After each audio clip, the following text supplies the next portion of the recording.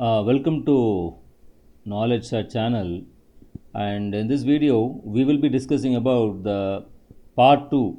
That is, we were discussing about the series of videos related with minimizing the medication errors in acute care facilities using the Six Sigma concept. So in this, actually we have discussed about the same concept in the first video, and now we are going to the next video, that is the second part of this video. So in order to have a quick recap of what we have discussed, let us have a small quick recap of what we have covered in the past videos. So we have discussed about, for example, we have discussed about the what is the need for the Six Sigma. Okay, so what is the need for the Six Sigma as we discussed. So for example, actually you know that the Six Sigma's primary goal is to reach the level of quality where the process produces no more than 3.4 dpmo, which is nothing but defects per million opportunity. So this is the basic concept behind the Six Sigma. So actually it produces, that is, the Six Sigma leads to minimize the variation, and it increases the profitability, and as well it improves the decision making levels, and also the customer loyalty will be of very high, it will be satisfied. Okay, it will be a satisfied thing.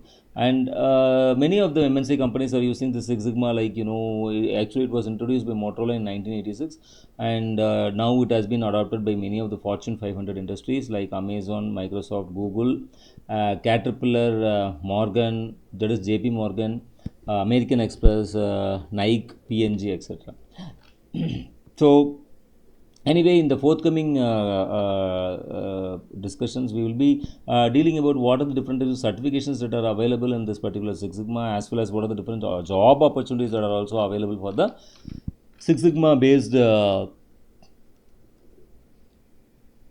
is a Six Sigma based graduates. Is it right? So let's move on. And so actually we were discussing about the, for example, we were discussing about the minimizing the medication errors in acute care facilities using the Six Sigma concept. So already we have discussed what is the critical challenge in this, the critical challenge of medication safety in this particular thing. So now we will be discussing about the DMAIC. Okay, so this is what we are thinking actually, and what is the next is. So we will be discussing about the DMAIC. Okay, so we will be discussing about the DMAIC. So what is DMAIC actually? So DMAIC is nothing but define, measure, analyze, improve, and control. So this is what the DMAIC is all about. So this is the main pillar of this particular Six Sigma concept. So we will be discussing about all these things. So anyway, we will be not covering the entire DMAIC. So here we will be discussing, because due to the time constraint of just 5 minutes to 10 minutes video, so I just don't want to elaborate on much on things. So I just want to tell you that we have to discuss about define and measure. Okay, so here in this video we will be discussing about the define and measure, and later on we will be discussing about the other things like analyze, improve, and control, and then we will be discussing about how to reduce the variation, and what is the role of technology in automation and all those things. So now, so this is what the things that is all about, and anyway in future videos we will be discussing about more of things like, you know, what are the different advanced things that we are going to do. So here in this video we will be discussing about the DMAIC concept. So DMAIC, so as you know, what is DMAIC actually? So DMAIC is nothing but define, measure, analyze, improve, control. So this is what is DMAIC. So now in this video we will be discussing only about the define and measure. Okay, so it is define and measure. So actually, what do you mean by define? Okay, so what do you mean by define actually? So the define phase begins by identifying the critical to quality, that is CTQ, factors in the medication delivery chain actually. So this particular goal is often centered around the 5 rights actually, that is the right patient, the right drug, the right dose, the right route, and the right time. So these are the things, 5 right things that we have to proceed. That is, what are the 5 right things? That is, right patient should be there, right drug, and right dose, right route, and right time. So this is what we are going to think of, that is called as a define. So in this stage, the project charter is developed actually to target the specific high risk units such as the ICU or oncology, so where the medication complexity is highest and the impact of an error is the most severe. So this is what is all about the define phase. So define phase begins by identifying the critical to quality, that is CTQ factors, so in the medication industry delivery chain. And then the primary goal of the is centered around the five rights, that is right patient, right drug, right dose, right route, and right time. So next, going to the measure. Okay, so that is the measure is, so for example in define is nothing but determining the five rights, whereas in measure we will be quantifying the error rate. So during the measure phase, the facility must collect the objective data on the current state of the medication administration. So this involves tracking near misses as well as the actual adverse drug events, which is called as ADE.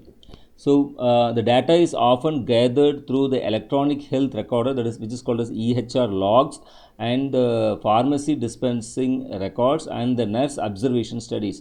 So establishing a baseline sigma level allows the team to understand how far the current process deviates from the ideal standard. So this is the measure phase. So during the measure phase, the facility must collect the objective data on the current state of medication administration. So this involves tracking the near misses as well as the ADEs actually, and the data is often gathered through the electronic health record, that is EHR logs, and as well as the pharmacy dispensing records and the nurse observation studies. And establishing a baseline sigma level allows the team to understand how far the current process deviates from the ideal standard. So this is what the discussion is all about. And you know that this is what is the Six Sigma. The main concept is define, measure, analyze, and improve. So in this we have discussed about the define and measure, and in the forthcoming videos we will be discussing about the analyze, improve, and control. Okay, so there are totally about 6 different videos. So we have covered the second video, and next we will move on to the third video. So before closing this session, I just want to give a quick recap on what is the need for the Six Sigma. So as you all know, the need for Six Sigma, so it's a very important concept and buzzword nowadays, which is used in most of the leading industries, that is Fortune 500 industries. This particular concept is being used in all over all the MNC companies. So the primary goal of the Six Sigma is to reach a level of quality where the process produces no more than 3.4 DPMO. So we are going to, so the Six Sigma main thing is we want to minimize the variation, we want to increase the profitability, and we want to improve the decision making capability, and finally we want to improve the customer loyalty, customer satisfaction, so customer retention. So all those things we are going to. So this is mainly the main focus of the Six Sigma. So it has been implemented in many of the MNC companies like Amazon, Microsoft, etc. So all those things we have discussed earlier. And now what are the different things, what are the different types of certifications, that is white belt, yellow belt, green belt, black belt, and master belt, black belt, which is called as MBB. So white belt is nothing but it will be giving you a foundation awareness. So as well they will be understanding the basic terminology, but does not lead any projects actually.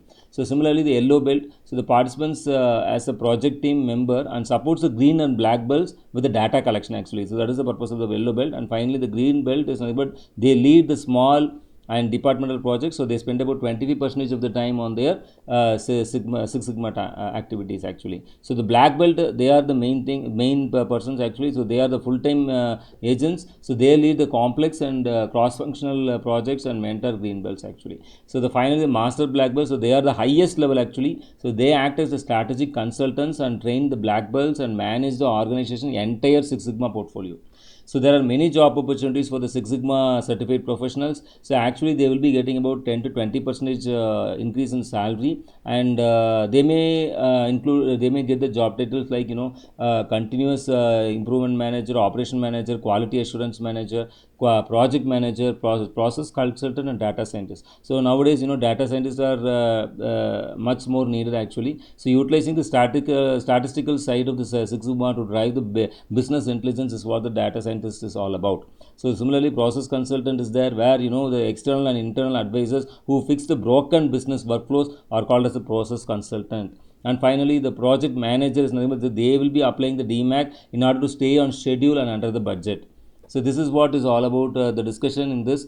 So I hope that this particular video has given you basic understanding in the first video, and then quite small advanced concept in the second video, and we will be moving slowing until the sixth video. So we have entered the DMAIC concept. So really very thankful, and if you really like this video, please give a thumbs up, and if you want to know any doubts or something like that, you can just comment. And if you really like this video, this particular video will be useful to someone, please share it to someone so that they also get enriched with the knowledge. And as well, if you really like the videos which I post on this channel, please give a subscribe button. So thank you very much for your patient listening. Thank you.